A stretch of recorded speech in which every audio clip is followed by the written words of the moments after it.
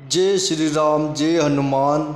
सवारी किन किन लोगों के शरीर को स्वीकार करती है? वीडियो पर बने रहे, वीडियो को लास्ट तक जरूर देखें जिससे दी गई जानकारी आपको पूर्णतः प्राप्त हो। वीडियो को काट काट के ना देखें।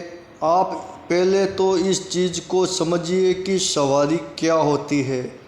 सवारी होती है देवी देवताओं के दूत या सेवक या सेविका।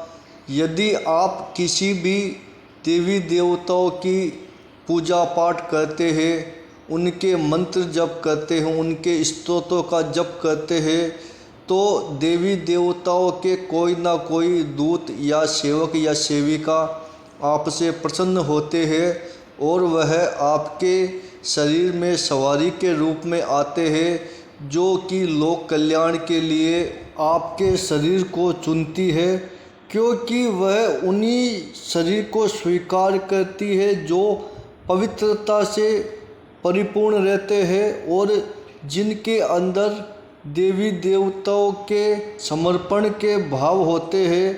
क्योंकि सवारी ऐसे शरीर को हमेशा ही स्वीकार करती है जो कि देवी देवताओं के मंत्र जप करते हैं। जिन देवी देवताओं के संबंधित आप मंत्र जप करते हैं तो वह मंत्र कुछ ही दिनों में सिद्ध हो जाता है और वह सवारी के रूप में आपके शरीर में प्रवेश करता है। और वह जैसे ही प्रवेश करता है तो आपके शरीर में एक तरंग के रूप में वह आपके शरीर को कुछ ना कुछ संदेश देता है। और जो इन चीज़ों को समझने वाला होता है वह तो उनको समझ जाता है, पर एक बात ज़रूर है कि बिना गुरु की आज्ञा के आपको किसी भी देवी देवताओं के मंत्र जप नहीं करने चाहिए। क्योंकि जब तक गुरु की आज्ञा नहीं होती है तो कोई भी मंत्र जप सिद्ध नहीं होता है। यदि आप अपनी इच्छा के अनुसार कोई मंत्र जप करते हैं तो उनसे क्या होता है कि जब आप मंत्र जप करना आरंभ करते हैं तो वह शक्तियाँ जो पॉजिटिव होती है और जो नेगेटिव शक्तियाँ होती है वह आपसे प्रभावित होती है। क्योंकि मंत्र जप में इतनी शक्तियाँ विराजमान होती है, जो मंत्र होते हैं उनमें इतनी शक्तियाँ विराजमान होती है कि वह आपसे प्रसन्न होने लगती है। और जब आपके घर में या ऐसे स्थानों पर आप मंत्र जप करते हैं कि जहाँ पर कुछ नेगेटिव शक्तियाँ भी होती है, तो वह भी चाहती है कि उनके द्वारा किसी का भला हो। यह नहीं है कि सभी नकारात्मक शक्तियाँ बुरी होती है, उनमें से कुछ शक्तियाँ अच्छी भी होती है। जो बहुत बार ऐसा देखा जाता है कि वह शक्तियाँ अच्छा कार्य करती है। किसी भगत के घर में यदि कोई परेशानी चल रही है, किसी व्यक्ति के घर में परेशानी चल रही है, किसी माताएं बहनों के परिवार में परेशानियां चलती है, तो वह भगत जिन्होंने तामसिक रूप से उनकी सेवा की है, तो वह शक्तियाँ भी उनके भोग से प्रसन्न होकर उनके घर का कार्य कर देती है जो भगत पूछा लेने के लिए आते हैं। लेकिन जो पॉजिटिव एनर्जी होती है, सकारात्मक शक्तियाँ होती है, उनके लिए यदि आप मंत्र जप करते हैं तो वह शक्तियाँ भी आपसे प्रसन्न होने लगती है और वह सात्विक भोग पर ही आपका कार्य कर देती है। जैसे आप इन चीज़ों में अधिक से अधिक जानोगे तो वह आपके लिए उतना ही कार्यरत रहती है। जितना मंत्र जप को आप बढ़ाते हैं तो वह सवारी उतनी ही मजबूत होती रहती है। पूजा पाठ करने से आपके अंदर के सातों चक्र खुलने लगते हैं। वह सातों चक्र आपके विभिन्न शरीर के जो भी भौतिक जगत की चीज़ें हैं वह आपको खुली आंखों से दिखने लगती है। और जिन देवी या देवताओं की आप पूजा अर्चना करते हैं उनसे आपको शक्तियाँ प्राप्त होती रहती है। और आपको ये ज़रूरी नहीं है कि आपको सवारी एक ही। आप चैनल पर नए हैं तो चैनल को लाइक कीजिए, शेयर कीजिए और सब्सक्राइब कीजिए, जिससे अगला वीडियो सबसे पहले आपको ही प्राप्त हो।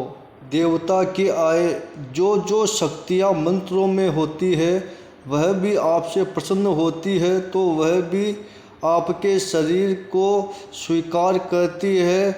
और सवारी किन किन लोगों के शरीर को स्वीकार करती है, हम आपको हर वीडियो में एक ही बात बताते हैं। जब तक आपके अंदर हमारे किसी भी देवी देवताओं के प्रति यदि आपके भाव नहीं होते हैं कि आप उनको दिन रात उनके ही लिए नहीं सोचते हैं, तो वह देवी देवता आपसे दूर होने लगते हैं। चाहे आप उनकी कितनी भी पूजा पाठ कर लो, जब तक आपके भाव उनके लिए अच्छे नहीं होते हैं, जैसे आप उनको अपने देवी देवताओं का दर्जा नहीं देते हैं, उनके लिए समर्पण के भाव नहीं होते हैं, जब तक आपके शरीर में शक्ति प्रवेश नहीं करती है, सवारी ऐसे शरीर को सदैव ही चुनती है कि जो लोक कल्याण के भाव जिसके अंदर होते हैं और जो अपने देवी देवताओं के प्रति समर्पित रहते हैं, और जिन व्यक्तियों के अंदर अपने बुरे विचारों को समाप्त करना पड़ता है, उनको नष्ट करना पड़ता है। तामसिक चीज़ों का सेवन करने वालों के शरीर में कभी भी देवी देवता नहीं आते हैं। तो आप ऐसी चीज़ों का सेवन करते हैं तो सकारात्मक शक्तियाँ आपके करीब भी नहीं आती है, आपके समीप कभी भी नहीं आएगी। पूजा करते समय अपना पूरा ध्यान अपने देवी देवताओं पर ही रखें। अपना पूरा ध्यान अपने देवी देवताओं की तरफ रखते हैं, अपने इष्ट देव की तरफ रखते हैं, तो आपका मन आपके कंट्रोल में हो जाता है। देवी देवताओं की ऊर्जा जागृत होना आरंभ हो जाती है। तो जब करते समय आपके मन में अपने देवी देवताओं की छवि बनना आरंभ होती है, और अलग अलग तरीक़ों से आपको उन देवी देवताओं के दर्शन होना आरंभ हो जाते हैं। और वह एक ऐसा समय आता है जब आपका मंत्र जप सिद्ध होने लगता है, तब वह सवारी आपके शरीर में प्रवेश करती है। पूजा पाठ के दौरान जो आपको अनुभव होते हैं वही अनुभव आपके शरीर को सवारी को जागृत करने के लिए विशेष होते हैं। और जो अनुभव आपको देवी देवता स्वयं उन चीज़ों को आपके समक्ष लाकर खड़ा करते हैं, और वही चीज़ें आपको दिखाते हैं जो आपके साधना काल में चलती है, जो आपके मंत्र जप के समय जो आपके भाव होते हैं वैसे ही आपको शक्तियाँ आपको दर्शन देना आरंभ होती है। और सवारी जब आपके शरीर में आती है तो वह आपके शरीर को पवित्र कर देती है।